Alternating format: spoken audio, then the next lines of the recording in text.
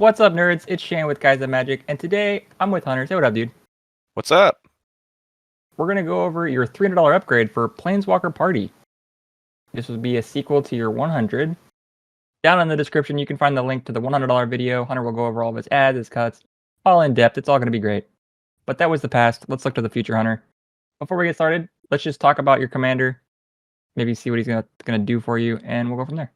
Yeah, so Planeswalker Party is the name of the game. Very obvious. We're having a party full of Planeswalkers. It is helmed by Commodore Guff. It is one, a blue, a red, and a white for a legendary Planeswalker. Guff has a starting loyalty of 5 and has a passive ability that says at the beginning of your end step, put a loyalty counter on another target Planeswalker you control. Has a +1 ability that says create a 1/1 red wizard creature token with tap, add a red. Spend this mana only to cast a Planeswalker spell. And a -3 that says you draw X cards and Commander Guff deals X damage to each opponent, where X is the number of Planeswalkers you control.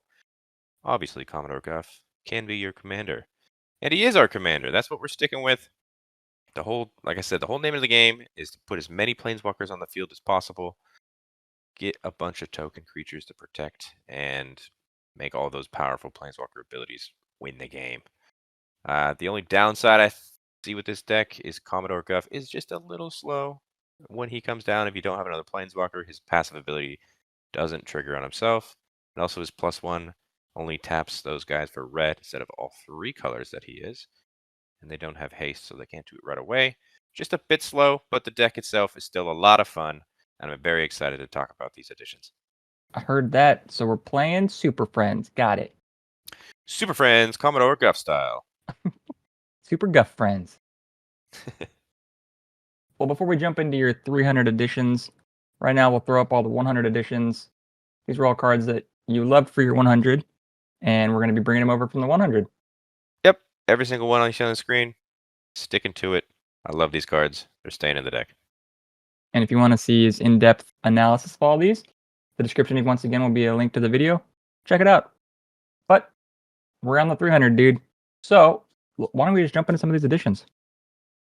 Yeah, first and foremost, we have one brand new creature that's going into this deck. This is Arena Rector. It is 3 and a white for a 1/2 creature human cleric. It says when Arena Rector dies, you may exile it. If you do, search your library for a Planeswalker card, put it onto the battlefield, then shuffle your library. So this Arena Rector is going to be the first of many of our blockers to protect our board state. We're going to swing in constantly with Arena Rector, or like I said, we're going to be up on blocks, really hoping just for this to die. Dude, a Planeswalker tutor? That's pretty good. Planeswalker tutor onto the field. Yeah. Real good. All right, so that's a great creature addition. But I want to see some more Planeswalkers, dude. What else are you throwing in here? Yep, welcome to the party, these 3. This is all really, really powerful Planeswalkers. The first one, Jace the Mind Sculptor. 2 blue, starting loyalty of 3, has a +2 ability that says look at the top card of target player's library. You may put that card on the bottom of that player's library.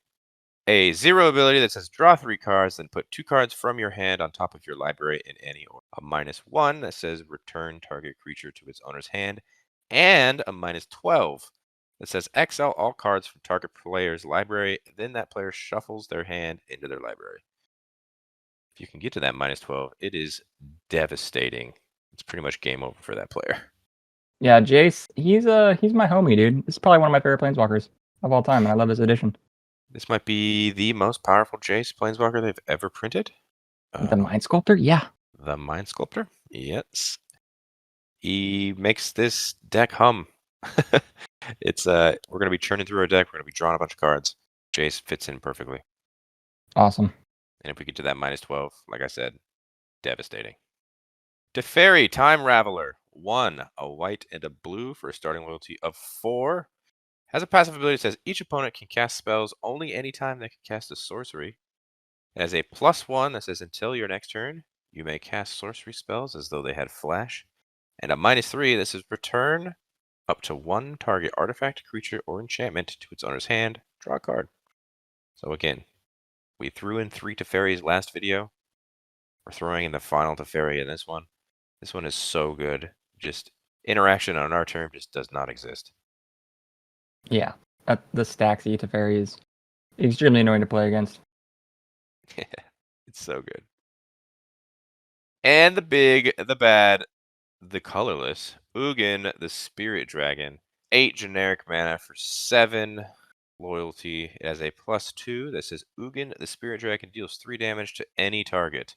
A -X that says exile each permanent with converted mana cost X or less. That's 1 or more colors. And a -10 that says you gain 7 life, draw 7 cards, then put up to 7 permanent cards from your hand onto the battlefield. I would just like to preface this by saying we probably won't be doing the -X very much because this actually does hit our planeswalkers because they are a lot of colors. But the +2 and the -10 are so backbreaking by themselves. Yeah, I mean, then there could be a time when Ugin is on the field by himself. Could serve as a pretty good board wipe. But yeah, the fact that you have the plus to do some damage, and then that ult is so easy to get to, and it is kind of bad for your opponents, I mean. Yeah, if we have anything on the field that can double our counters really quick, Ugin just ultimate real quick, and we're pretty much in the lead. Put 7 permanents, like, Jesus. Yeah. How about the rest of my entire hand? Because it's probably Yeah, filled with planeswalkers. yeah, that's bad. That's bad. That's bad. All right, I like the addition. I like the planeswalkers. What do you got in the instant department? Yeah, so protection is key, is the name of the game. Like I said, we want to protect our planeswalkers because once planeswalkers hit the field, people get scared very quickly, and especially if you're winning the game. Like we found out in our $100 battle. If you guys haven't seen that, go take a look. When you're winning with planeswalkers, you become the enemy very quickly. So I wanted to throw in some protection. So the first one is Fierce Guardianship, 2 and a blue for an instant. If you control your commander, you may cast this spell without paying its mana cost. Counter target non-creature spell. Very simple, to the point. This just got a reprint in Commander Masters. The price has been lowered. It's fantastic. Such a good card. As well as Deflecting Swat, 2 and a red for an instant. If you control a commander, you may cast this without paying its mana cost. And it says you may choose new targets for target spell or ability. So just swat that back at something else because it's not coming over at our commander. I love that these got reprinted, dude. I was so excited when these were announced. And if you want to go pick up the new art, oh my god. Yeah, those full arts are beautiful. And the final one, just to give us an extra protection, well, Teferi's got that protection. This is Teferi's Protection. 2 and a white, instant. Until your next turn, your life total can't change, and you gain protection from everything. All permanents you control phase out. Exile Teferi's Protection. Just as a, if we're being attacked, let's say a 3v1 situation, for that turn, we'll just disappear for a little bit. Yeah, I'm sure you would have loved this card in the $100 gameplay. It would have been pretty sweet. Pretty clit. Well, I really like those. Do you have any other spells you're adding to the deck? Yeah, I'm just adding a little bit more what I would call firepower to the deck. I just wanted a little bit more things that can help us. So Contagion Engine, very powerful card, is 6 generic mana for an artifact. When it enters the battlefield, put a -1/-1 counter on each creature target player controls. Also has another ability we can pay 4 and tap this proliferate, then proliferate again. So add a counter, add another counter for that 4 generic mana on the activation cost. It's such a good card. Yeah, this card won't not make you friends. Yeah, it won't. Luckily, this card's mostly seen in like an infect or poison deck where we're just trying to kill our opponent with 10 infect counters. We're not doing that. So the proliferate, this might not see as much hate, but it's still extremely powerful. We'll see. Also, I'm just throwing in Supreme Verdict. 1, 2 white, a blue, sorcery. This spell can't be countered, destroy all creatures. I just want one more board wipe in the deck just to really destroy everything because things get out of hand very quickly. Our planeswalkers are vulnerable, not being creatures. And if we don't have anything on the field to protect them, we just need to keep wiping the board away. Yeah. Potential one-sided board wipe if you're just playing Planeswalkers. Mm-hmm. And so since we're in the 300 now, did you do anything to spice up the lands? I definitely did. I threw in all 3 shocks that are my colors. Steam Vents, Sacred Foundry, Hollowed Fountain. They all come in untapped. If you pay the 2 life, Steam Vents, blue or red. Sacred Foundry, red or white. Hollowed Fountain, white or blue. And they all have their respective subtypes too. So Island Mountain, Mountain Plains, Plains Island. Easy, to the point, shocks are great. Definitely. I love in 3-color decks to, if you have them in your collection, throw in the shocks, throw in the fetches. Easy includes for me. Mm-hmm. All right, and is that your 300 edition? That's going to be all the editions for the 300. I loved all of these. I love the $100 editions. So this deck's humming. Yeah, it's a very powerful deck, dude. Well, with that, we got to do the thing that we love doing. And by love, I mean hate. We got to make some room, so we got to cut some stuff. And before we get into your new cuts, since you are bringing over all those cards from your 100, we're going to throw up on screen all the cards that you were cutting from the 100. So those were cut in that video. Those are going to be cut here. Again, if you want to see why Hunter did this, the description will have the video. Check it out. It'll go into depth of all this. But new additions mean new cuts. So if you guys want to jump into those. Absolutely. We're doing a 1-for-1 swap for pretty much everything. So first, we added that one creature. We're taking out one creature. So the one creature we're taking out is a brand new card for this deck. It is Spark Shaper Visionary. It is 2 and a blue for a 0/5 creature human wizard. It says at the beginning of combat on your turn, choose any number of target planeswalkers you control. Until end of turn, they become a 3/3 bluebird creature with flying, hexproof, and whenever this creature deals combat damage to a player, scry 1.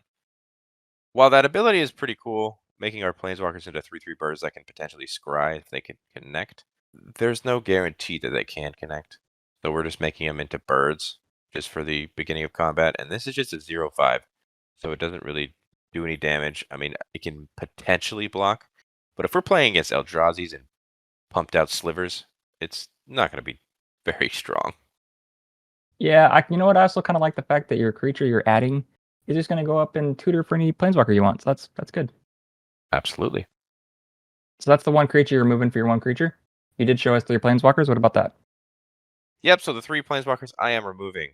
We put in a really good Jace, best Jace in the game. We're taking out a really bad Jace. Jace, Mirror Mage. 1 and 2 blue for a starting loyalty of 4. Has a kicker of 2 that says when Jace Mirror Mage enters the battlefield, if it was kicked, create a token that's a copy of Jace Mirror Mage, except it's not legendary, and it has a starting loyalty of 1. Has a +1 ability that says scry 2, and a 0 ability that says draw a card and reveal it. Remove a number of loyalty counters equal to the card's mana value from Jace. That is just not great. Jace Mirror Mage is not that great of a card. Yeah, especially with the Jace that you're adding, that one's much better. Yeah, this just doesn't do much. It scries and then you can draw a card, but you'll have to remove counters to draw it. And if it's cost more than the amount of counters that's on Jace right now, it's just dead Jace for 1 card. Also removing Sarkon, the Master List. It is 3 and 2 red for a starting loyalty of 5. Has a passive ability that says whenever a creature attacks you or planeswalker you control, each dragon you control deals 1 damage to that creature. Has a +1 that says until end of turn, each planeswalker you control becomes a 4/4 red dragon creature and gains flying. And a -3 that says create a 4/4 red dragon creature with flying. We don't have any dragons in the deck. So unless we're doing the -3 ability to make a 4/4 dragon, it's not going to be doing the passive ability. And that +1 to make all of our planeswalkers into dragons just leaves them up for removal. That just sounds like a really bad idea. Yeah, you don't want to make it easier to remove these things. Not at all. And the final planeswalker we are removing from the deck is Nahiri the Harbinger. It is 2, a red, and a white for starting loyalty of 4. Has a +2 ability that says you may discard a card. If you do, draw a card. A -2 that says exile target enchantment, tapped artifact, or tapped creature. And a -8 that says search your library for an artifact or creature card. Put it onto the battlefield, then shuffle. It gains haste. Return it to the hand at the beginning of the next end step. Cool tutor effect for the end there. Nahiri was just one that I was like, all right, what do I need to cut? Nahiri was the answer. We have a lot of different planeswalkers that do the card draw thing. We don't need to discard then draw. We do the opposite a lot of the times with the other fairies. And that -2 is very kind of restrictive where you have to have a tapped artifact or tapped creature to do the exile. I know you can also just deal an enchantment, but I just didn't see the value compared to the other ones we added. Yeah, that seems like a pretty easy cut for me too. Well, you added 3 really good instants. What are we cutting in that department? Yeah, so we have improved in that department. So I'm getting rid of Promise of Loyalty. 4 and a white for sorcery. Says each player puts a vow counter on a creature they control and sacrifices the rest. Each of those creatures can attack you or planeswalkers you control for as long as it has a vow counter on it. Really cool, but we're giving the option for our opponents to keep their best thing. I just don't like that. Semester's End, 3 and a white, an instant. Exile any number of target creatures and or planeswalkers you control. At the beginning of the next end step, return each of them to the battlefield under its owner's control. Each of them enters the battlefield with an additional +1/+1 counter on it if it's a creature, and an additional loyalty counter on it if it's a planeswalker. It's cool, we get to reset all our planeswalkers, but it's at the end step, so we don't get to use it right away. So, I don't know. It seems like a good card, but at the same time, Teferi's Protection is a better protection where we just blank our stuff instead of having to return it back with its brand new loyalty counter. Let's say we had something that had higher loyalty, and now it's coming back with lower loyalty. I just don't want to do that. And I'm also getting rid of Blasphemous Act. I know. Hear me out. 8 and a red sorcery is spell cost 1 less for each creature on the battlefield. It deals 13 damage each creature. Powerful effect. Don't get me wrong. But in the grand scheme of things, we are doing a $300 upgrade, battle soon. And I looked at this card and I said, I like my destroy effects. I like my exile effects way better than 13 damage effects that can't actually kill things. Let's say they're indestructible.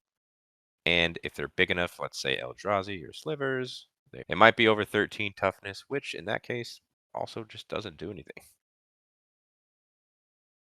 Yeah, I'm definitely a fan of the ones you've added. I'm not gonna lie. Supreme Verdict, I think, is just better than Blasphemous Act here just because it's non-counterable and it's a destroy rather than a damage effect. Yep, completely agree. Is there anything else we're cutting to make room for your new toys? Yep, so once we get down to the nitty-gritty, we have to look at cards that we kind of like that just aren't going to fit in the deck anymore. And these final 2 cards, I do like a lot. They just didn't make the deck. Wayfarer's Bauble is the first one. Is 1 generic mana for an artifact. You can pay 2, tap it, sacrifice Wayfarer's Bauble, search your library for a basic land, put it on the battlefield tapped, and shuffle. Very slow way to ramp. A lot of people do like this card. It's always going to be in the precons because it's a very cheap way to ramp. And it's just slow. We're in a bigger budget now, so Wayfarer's Bauble is leaving the deck. And the final card we are cutting is Repeated Reverberation. It is 2 and 2 red for an instant. It says when you next cast an instant spell, cast a sorcery spell, or activate a loyalty ability this turn, copy that spell or ability twice. You may choose new targets for the copies. This is a really cool card. I get why it was in the deck. You can essentially do your loyalty ability 3 times once you cast this card, but for 4 mana, we're just kind of wasting our turn instead of playing another awesome Planeswalker. That's why I took this card out. You can definitely keep it in the deck if you like this card. It's just one of those last cuts that I was like, ooh. And this was the loser. Yeah, we've all been there with our upgrades. You gotta sometimes cut something just to make room for the new fun stuff you're adding in. Exactly that. And lastly, you added 3 beautiful lands. What are we cutting in that department? We are cutting the show lands. So Frostboil Snarl, Furycom Snarl, and Port Town. These are the lands that enter the battlefield tapped unless you reveal one of the respective subtypes of the card. So for example, Frostboil Snarl enters tapped unless you show an island or mountain from your hand. Furycom Snarl is the same way, but mountain or plain. And Port Town is the exact same, except it is plains or islands. 2 reasons. These cards, they're decent. You'll probably always have, you would hope that you would always have one of these subtypes in your hand before you play this card. Otherwise, it will come in tapped. But the reason I'm getting rid of this, we're in a bigger budget, which means higher quality of gameplay. And you got to watch your opponents because when you show them a card in your hand, you're giving them knowledge they now know. So you can't bluff as much. Yep, I feel that, man. Plus, shocks are just better. Paying 2 Shocks life as a are resource just is better. better. Yeah. I would rather pay the 2 life than give up my hand knowledge. Yeah. I'd agree in some situations, man. All right. And is that all the cuts for the 300? That is going to be all the cuts from my $300 upgrade. And with that, Hunter, we gave you a magical budget of $300. What is the final total if you went out and purchased all these upgrade cards? Yeah, so disclaimer, we are recording this video before the set comes out. So Fierce Guardianship and Deflecting Swat, I can only assume are going to go down in price. But at the time of recording this, It's about $298.54. Just under. Good job. So we hit the mark. Thank you, thank you. All right, and before we end this, is there any other final thoughts on the commander and the deck as a whole? I mean, Commodore Guff is a very interesting commander. It is Jeskai, so you are kind of limited to just those colors, but it is pretty cool Super Friends commander. I just wish it kind of had the ability like Narset does, where it had that +1 where you can have the Jeskai colors, pick any color you want to only cast a Planeswalker spell instead of then having that one wizard that could only tap for red, even though we're 3 colors. I just didn't understand that. Again, though, it is a fun deck. Go out there, pick it up. I think this is the cheapest of the 4 that came out with this set. People are also saying it's might be the weakest, but I do believe all of these upgrades made it pretty strong, and I can't wait to play in the $300 Precon battle with you guys. People could say it's the weakest, but if they go and watch our $100 gameplay, they might be surprised. This deck was pretty powerful. Planeswalkers are powerful, don't get me wrong. Yes, sir. Right on, Hunter. Well, if anyone wants to leave a comment for Hunter, let him know. Maybe you missed the card. Maybe you love his upgrade. Just drop him some feedback. We all love reading it. Also in the description, you will find the list of the mocks build for this deck. So if you are wanting to build it, click on that link and check it out. Also, while you're down in the description, if you want to follow all of our socials, Instagram, Twitter, TikTok, it's all just going to be @GuysThatMagic. Also, while you're down there, make sure you like the video if you liked it, and don't forget to subscribe because you don't want to miss out on any of this awesome content coming up. And until the next video, this is Guys That Magic. Bye-bye. Peace.